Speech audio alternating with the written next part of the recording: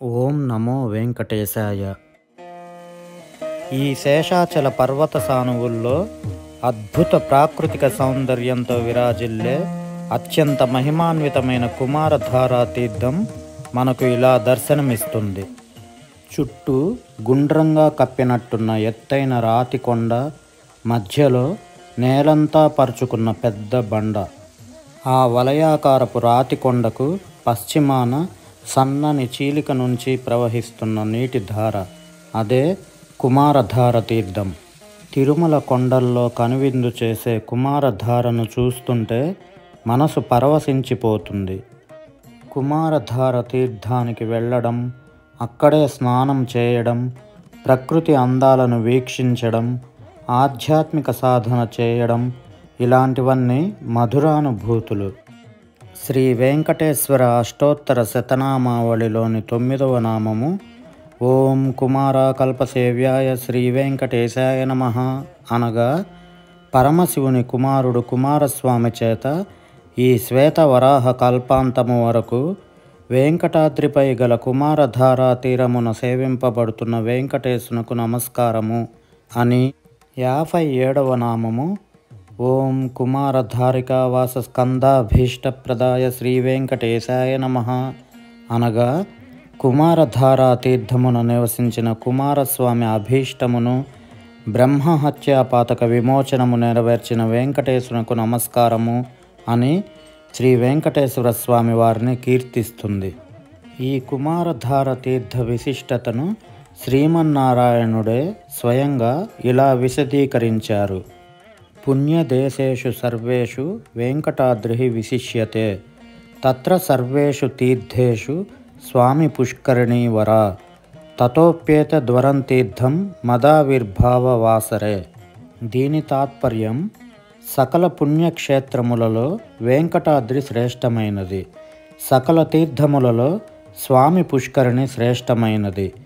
దానికంటెను నేను అవతరించిన కుమారధార తీర్థము కోటి పర్వదినమున కుమారధారా తీర్థ స్నానము అత్యంత శ్రేష్టమైనది. మాఘమాసమున మఖా నక్షత్రయుక్త పూర్ణిమ తిథి యందు అనగా ఈ 2024వ సంవత్సరం ఫిబ్రవరి నెల 24వ తేదీ పౌర్ణమి రోజు కుమారధార తీర్థము కోటి పర్వదినము. ఈ వెంకటాచలమున గల ముక్తిప్రదములగు సప్తతీర్థములలో ఒకటి ఈ కుమారధార తీర్థము. తిరుమల శ్రీవారి ఆలయానికి వాయువ్యమూలగా సుమారు 10 కిలోమీటర్ల దూరంలో ఈ తీర్థం నెలకొని ఉంది.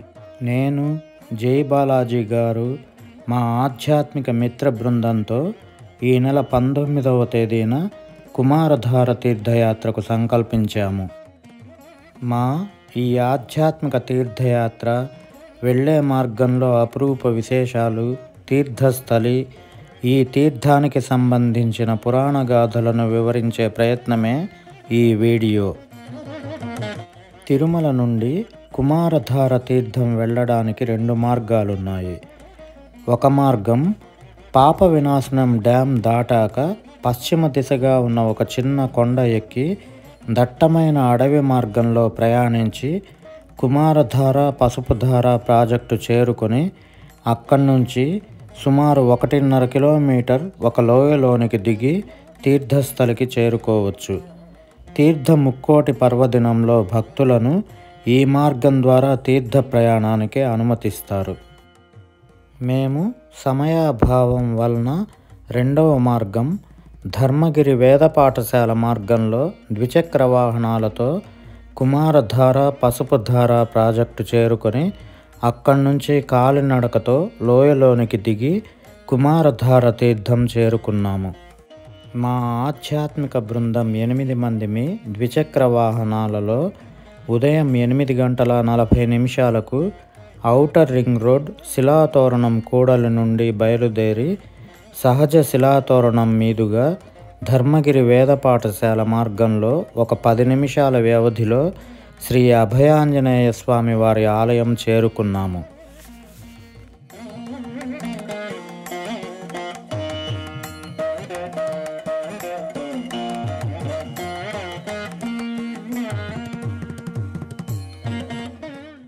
ముందుగా శ్రీ అభయాంజనేయ స్వామి వారిని దర్శించి ఆలయ ప్రదక్షిణం గావించి జై శ్రీరామ్ అని శ్రీ అభయాంజనేయ స్వామి వారి దివ్యాశీస్సులు పొంది మా ఈ ఆధ్యాత్మిక కుమారధార తీర్థయాత్ర మొదలుపెట్టాము. ఆ సమయంలో శ్రీ అభయాంజనేయ స్వామి వారి ఆలయం వద్ద హైదరాబాదుకు చెందిన నరేంద్ర శ్రీవాణి దంపతులు తారసపడ్డారు. మేము కుమారధార పుణ్యతీర్థ సందర్శనకు వెళ్తున్నామని ఆసక్తి ఉంటే వారిని రమ్మని పిలిచాము. వారికి ముందు రోజు తిరుమల శ్రీనివాసుని దర్శనం అయిందని ఈరోజు ఉదయం 10:30కి శ్రీవారి కళ్యాణోత్సవంలో పాల్గొనే టిక్కెట్ ఉన్నప్పటికీ అప్పటికప్పుడు ఈ తీర్థయాత్ర భాగ్యం స్వామివారి పిలుపుగా భావించి ఆ దంపతులు కూడా మాతో బయలుదేరారు.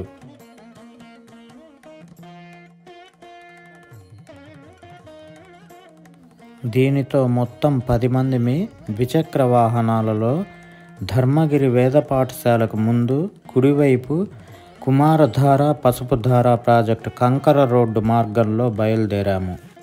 ధర్మగిరి వేద పాఠశాల ముందు వరకు చక్కటి తారు రోడ్డు శ్రమ తెలియకుండా వచ్చాం.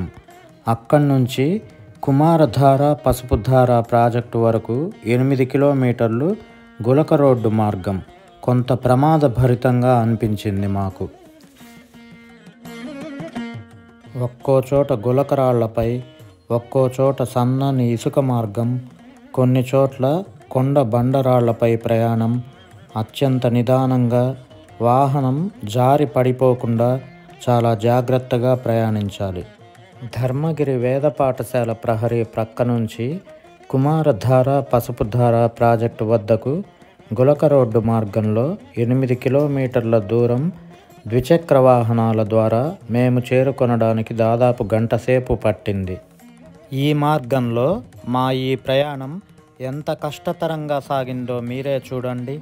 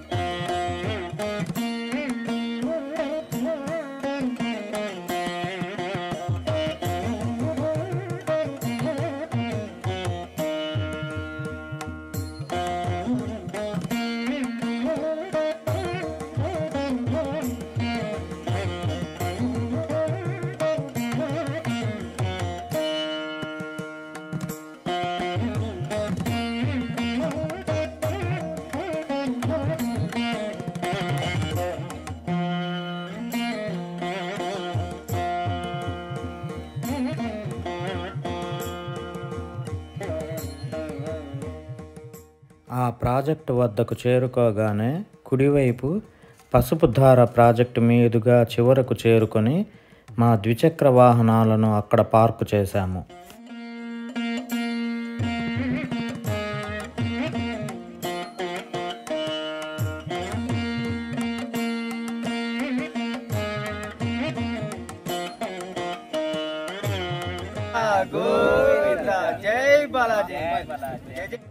ఇక్కడి నుంచి కాలిబాటలో లోయ మార్గంలో 1.5 కిలోమీటర్లు కాలినడకతో ప్రయాణించాలి.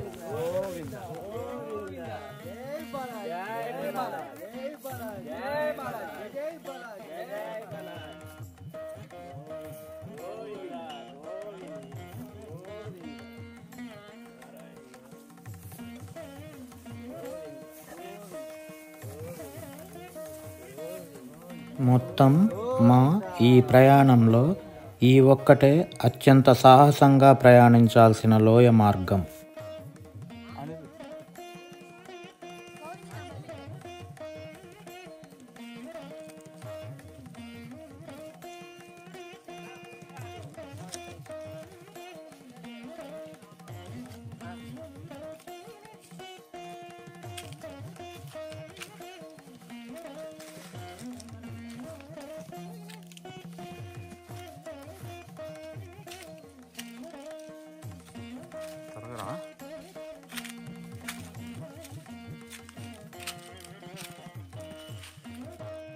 పసుపుధార ప్రాజెక్టు నుంచి ఒక 500 మీటర్లు కాలిబాట మార్గంలో లోయలోనికి దిగాలి.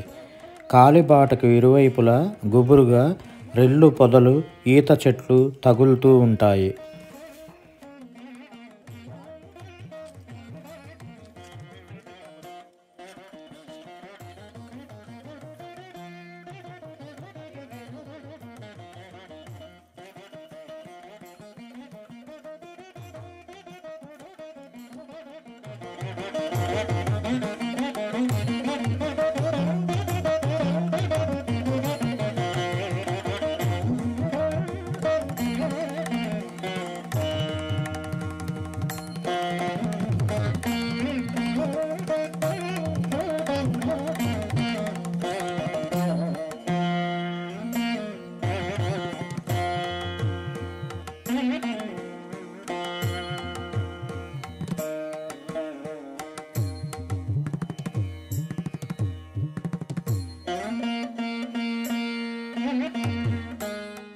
ఈ లోయలోనికి దిగి ముందుకు సాగితే ఇరువైపులా దగ్గరగా 2 కొండలు దర్శనమిస్తాయి.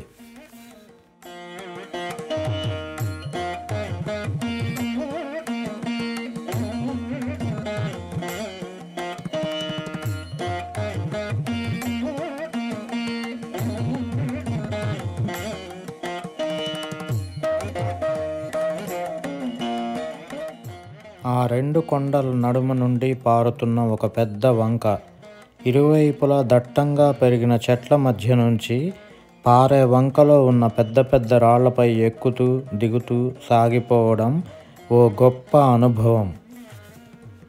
వంకకు ఇరువైపులా పందిరిలా కప్పుకుపోయిన పెద్ద పెద్ద చెట్లు, పెద్దగా వెలుతురు చొరబడని దట్టమైన ఆ చెట్ల మధ్య నుంచి వంకలో రాళ్లపై నడుస్తుంటే ఒక సాహసం చేసినట్టుంటుంది.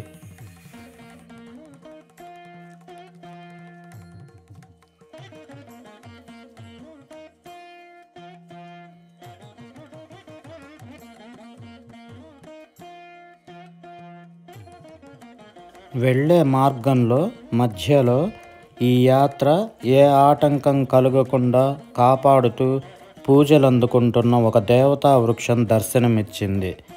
ఈ విశేషాలు జై బాలాజీ గారి మాటల్లో.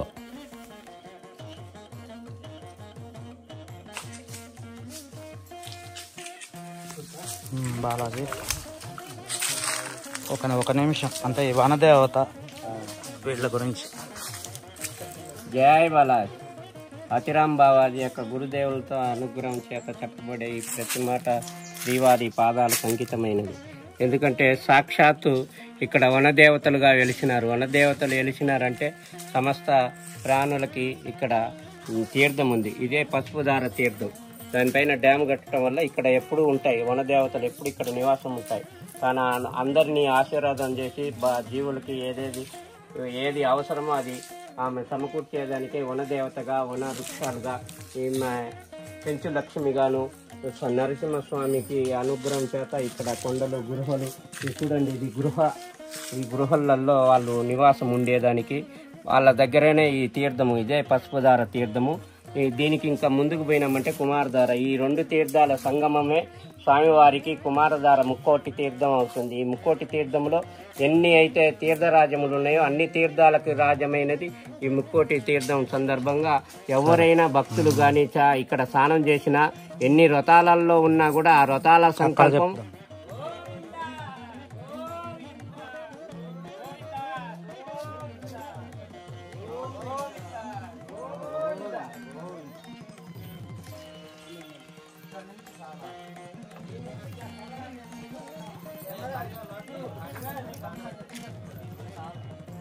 దారి ఇరుకుగా ఉండే చోట మధ్యలో పెద్ద నీటి గుండం.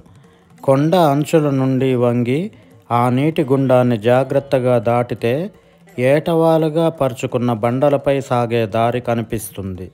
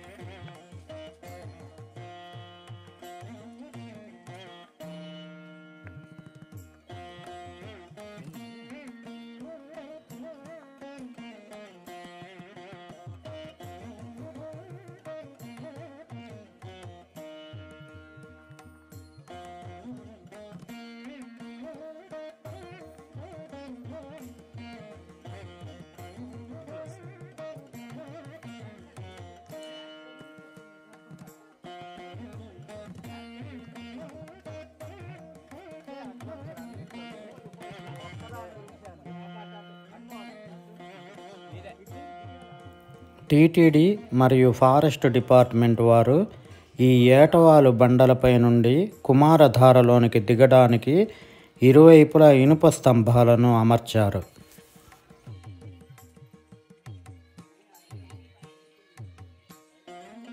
ఒక రకంగా మన ఈ యాత్రలో చివరగా వచ్చే ఈ ఏటవాలు లోయ చూడగానే అసలు దిగగలమా అనే సంశయం కలుగుతుంది. ఏమాత్రం ఏమరుపాటుగా ఉన్నా ఈ లోయలోనికి జారి పడిపోతాం.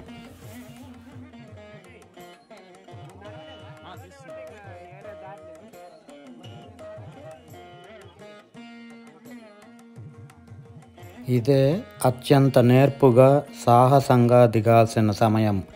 ఇనుప కమ్మీలు రైలింగ్ పట్టుకొని చాలా జాగ్రత్తగా కిందికి దిగుతున్నాము. మీరే చూడండి.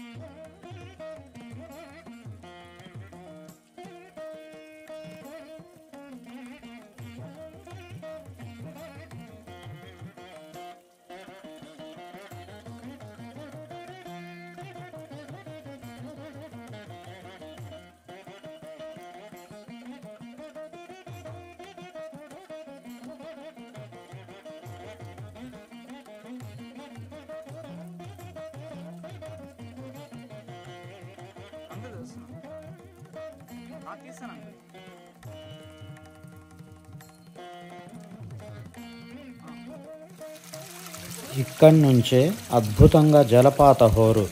తీర్థస్థలి సమీపానికి వస్తున్నామన్న ఆనందం.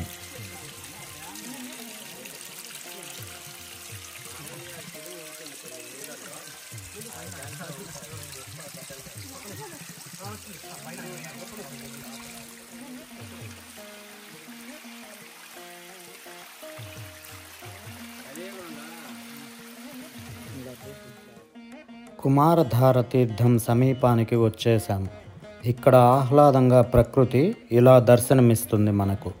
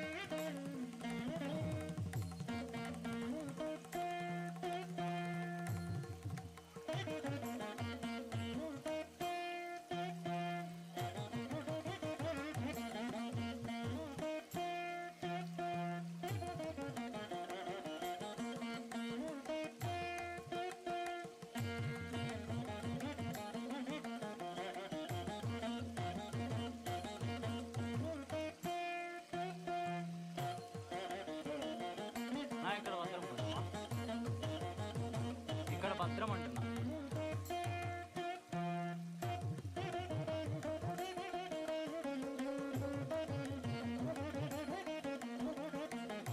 హనీ బీస్ ఉన్నాయి. ఈగలు కాదు, honey bees. Honey bees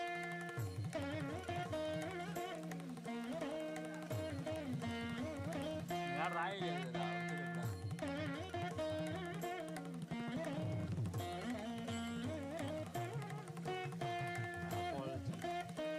Balaji గారు పురుగులు తప్పకుండా రండి, మాకు అటాక్ చేస్తారు.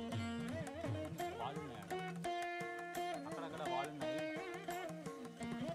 మీరు కాళ్ళు కింద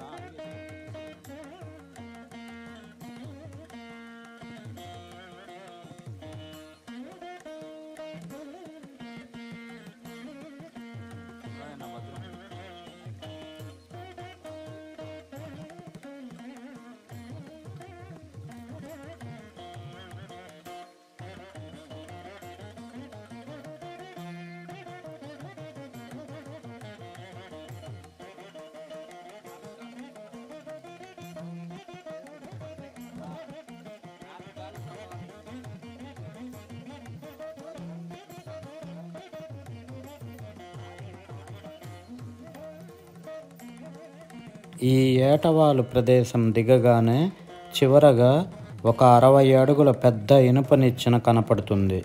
దీని సహాయంతో క్రిందికి దిగితే తీర్థస్థలికి చేరుకుంటాము.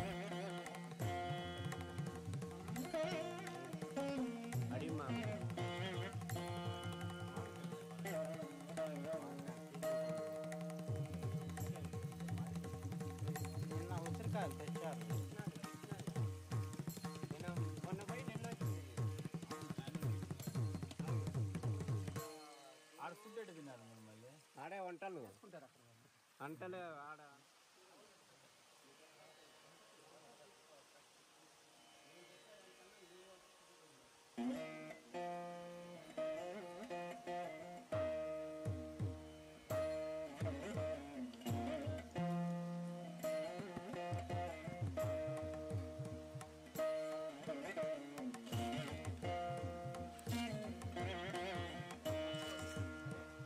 కింద పట్టు.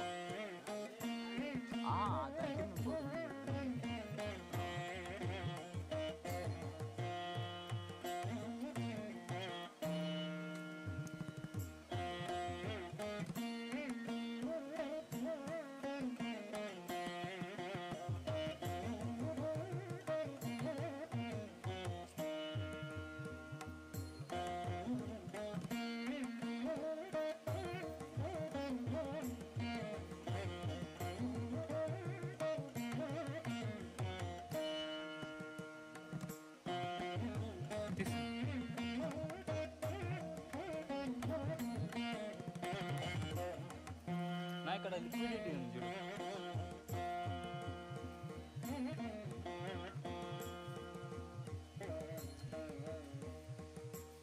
అంతే.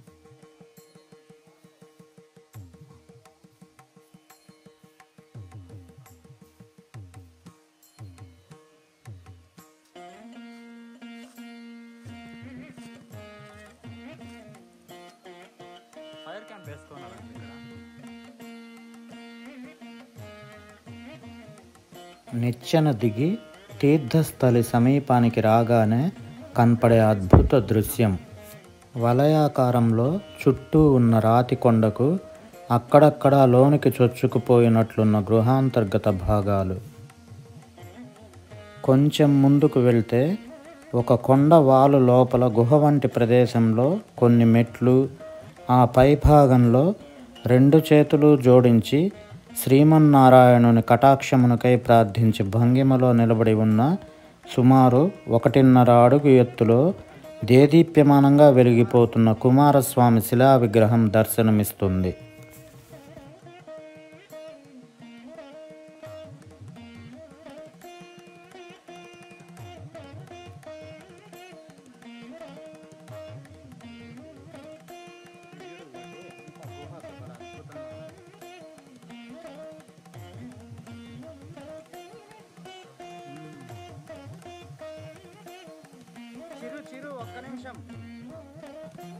ఆ గుహ అంచు వెంబడే అలా ముందుకు వస్తుంటే రాతికొండ అంచుల్లో పెరిగిన ఆకులు, వృక్షాల నుండి క్రిందికి వేలాడుతున్న ఊడలు, ఇంకా ముందుకు వెళ్తుంటే వలయాకారపు కొండకు పశ్చిమ దిశగా ఒక చిన్న చీలిక నుంచి జాలువారుతున్న అత్యంత మహిమాన్వితమైన కుమారధారా తీర్థ జలపాత ధార దర్శనమిస్తుంది.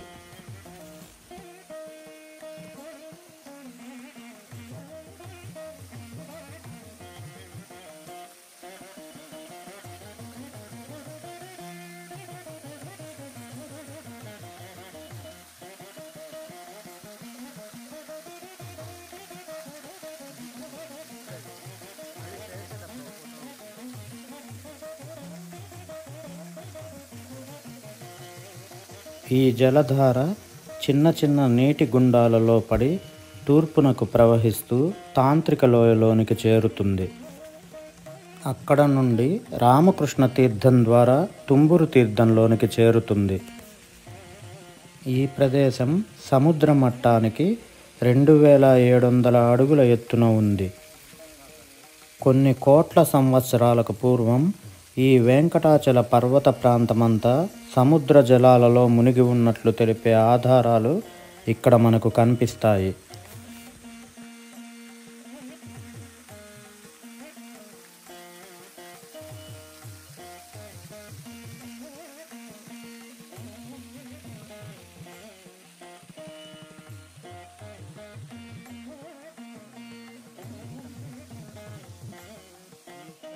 తీర్థస్థలికి చేరగానే అందరం అత్యంత భక్తిభావంతో తీర్థ జలపాతం వద్దకు వెళ్ళి తీర్థరాజానికి భక్తిపూర్వకంగా ప్రణమిల్లి ఓం నమో వెంకటేశాయ అష్టాక్షరి మంత్రంతో తీర్థస్నానమునరించి తీర్థస్వీకారం చేశాము.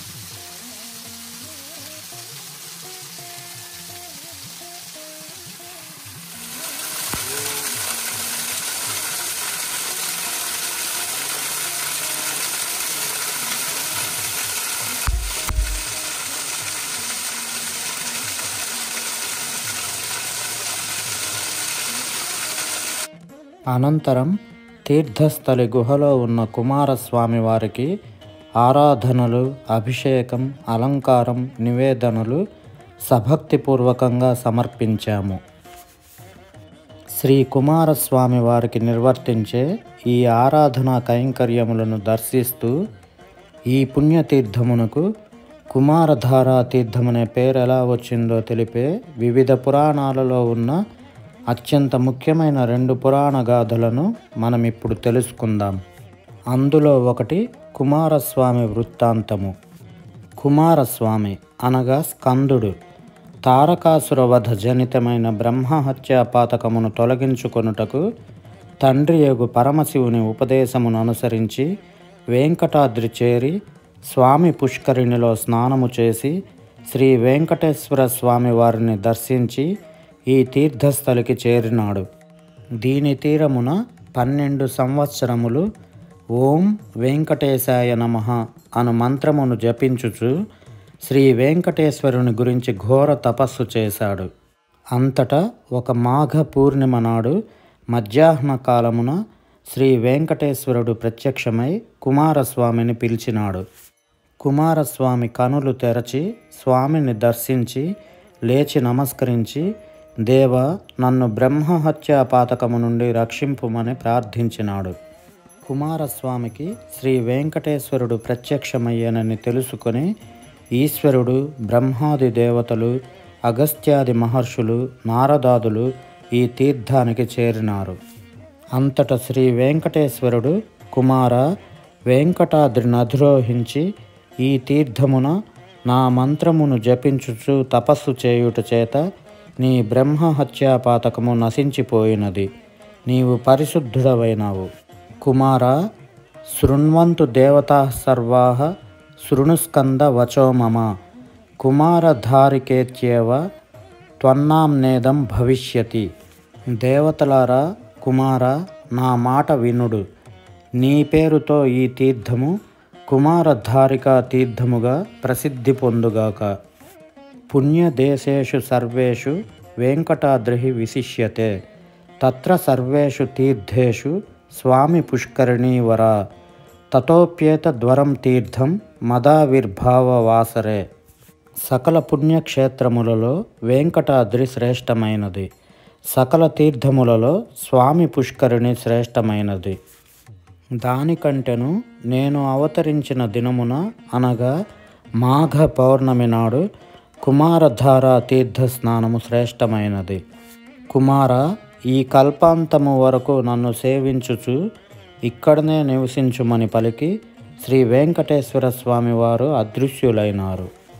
అనంతరం శివుడు, బ్రహ్మాది దేవతలు కుమారధారా తీర్థమును స్తుతించి కుమారస్వామిని అభినందించి వీడ్కోలు తీసుకొని తమ తమ నివాసములకు చేరినారు. స్కందుడు దేవసేనతో కూడియుండి శ్రీ వెంకటేశ్వర స్వామి వారిని సేవించుచు కుమారధారా తీర్థతీరమున నివసించి ఉన్నాడు. అలాగే ఈ కుమారధారా తీర్థమునకు ఈ పేరు కలుగుటకు సంబంధించిన వృద్ధ బ్రాహ్మణ వృత్తాంతము మరో పురాణంలో చెప్పబడినది. ఒకప్పుడు శ్రీనివాసుడు వెంకటాచలంపై సంచరిస్తుండగా ఒక వృద్ధ బ్రాహ్మణుడు, ఓ కౌండిన్య, నన్ను వదిలిపెట్టి ఎక్కడకు వెళ్ళావు? నేను శతవృద్ధుణ్ణి, ఎలా ఒంటరిగా ప్రయాణం చేయను అని విలపించాడు. నవ యవ్వనుడిగా శ్రీనివాసుడు అతని దగ్గరకు వెళ్ళి, ఇక్కడ కౌండిన్యుడు కాదు కదా, ఏ ఒక్క మానవుడు కూడా లేడు, నీకేం కావాలి అని అడిగాడు. దానికా ముసలివాడు, నాయనా, నా ఆశ్రమం చాలా దూరంలో ఉంది. నా కుమారుడు కౌండిన్యుడు లేకపోతే నన్నెవ్వరు అక్కడికి తీసుకువెళతారు? నా ధర్మాన్ని నేను ఆచరించలేను గదా, ఇంకా ఎందుకు నన్ను భగవంతుడు బ్రతికిస్తున్నాడు అని బాధపడ్డాడు. శ్రీనివాసుడు ఆ వృద్ధుని మాటలు విని, నీకు కళ్ళు కనపడవు, చెవులు వినపడవు, ఇంకా ఎందుకు బ్రతకాలని నీకు కోరిక అని అడిగాడు. దానికా వృద్ధుడు, నాకు ఒకే ఒక ప్రయోజనం కోసమే బ్రతకాలని కోరిక. జ్యోతిష్ఠోమాది యజ్ఞాలను ఆచరించి దేవరుణాన్ని తీర్చుకోవాలి, అందుకే బ్రతకాలనుకుంటున్నాను అన్నాడు. వెంకట విభుడ వృద్ధుని మాటలకు సంతోషించి కొంత దూరం చేయి పట్టుకొని ఆ పండు ముసలిని తీసుకువెళ్ళి ఒక తీర్థంలో స్నానం చేయించాడు. స్నానం చేసి పైకి లేచేసరికి ఆశ్చర్యకరంగా వృద్ధుడు కాస్త 16 ఏళ్ల నవ యవ్వనుడైనాడు. అప్పటిదాకా ఆయన వెంట ఉన్న యువకుడు కూడా సహస్రపాదాక్షి శిరోరుబాహువై విశ్వరూపంతో సాక్షాత్కరించాడు. ఈ అద్భుత సన్నివేశాన్ని చూడటానికి దేవతలంతా ఆకాశ వీధిలో కనిపించి స్వామిపై పుష్పవర్షాన్ని కురిపించారు. అప్పుడు స్వామి బ్రాహ్మణునితో, నీకు శక్తివంతమైన దేహాన్ని, వలసినంత ధనాన్ని ప్రసాదించాను. నీవు యజ్ఞాదులను విహిత కర్మలను చేసి నీ పాప పరిహారం చేసుకొని అభీష్టాన్ని పొందు అని ఆదేశించి అదృశ్యమైనాడు. వృద్ధ బ్రాహ్మణుణ్ణి కుమారునిగా మార్చిన ఆ జల మహాత్మ్యాన్ని దేవతలు కొనియాడి ఆ తీర్థానికి కుమారధార తీర్థం అని పేరిడినారు. ఈ తీర్థంలో స్నానమాచరించిన వారు సర్వపాప విముక్తులై హరిచరణ సన్నిధిని పొందుతారు. ఇంతటి అద్భుత పురాణ ప్రాశస్త్యం ఉన్న ఈ కుమారధార తీర్థాన్ని ఈరోజు ఆ స్వామివారి అనుగ్రహంతో దర్శించడం, పుణ్యస్నానం చేయడం, శ్రీ వెంకటేశ్వర స్వామి వారి ఆదేశం మేరకు కల్పాంతం వరకు ఇక్కడే వసించి శ్రీ స్వామివారిని సేవిస్తున్న శ్రీ కుమారస్వామి వారిని ఆరాధించి అభిషేకాది కైంకర్యాలను నిర్వర్తించడం నా పూర్వజన్మ సుకృతంగా భావించాను.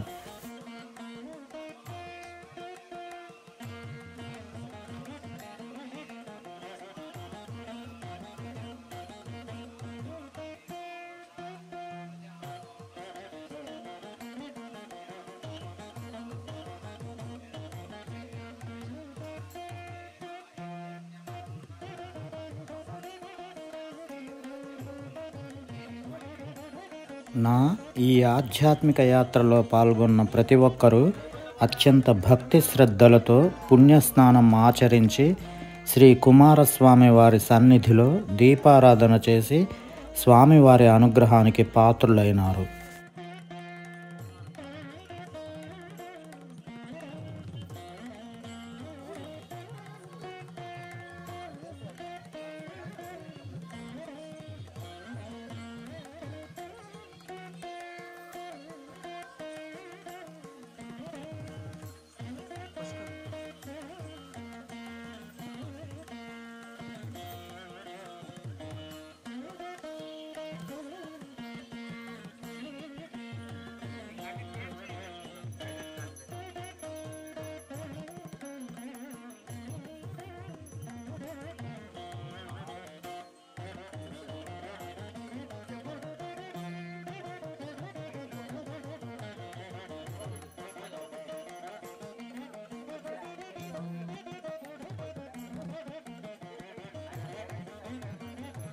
అందరం కొంతసేపు సత్సంగం, తీర్థ విశేషాలను చర్చించి శ్రీ స్వామివారికి నివేదించిన ప్రసాదాలను స్వీకరించి ఈ అద్భుత అపురూప ప్రదేశాన్ని వదలలేక తప్పనిసరై తిరుగు ప్రయాణానికి సిద్ధమయ్యాము.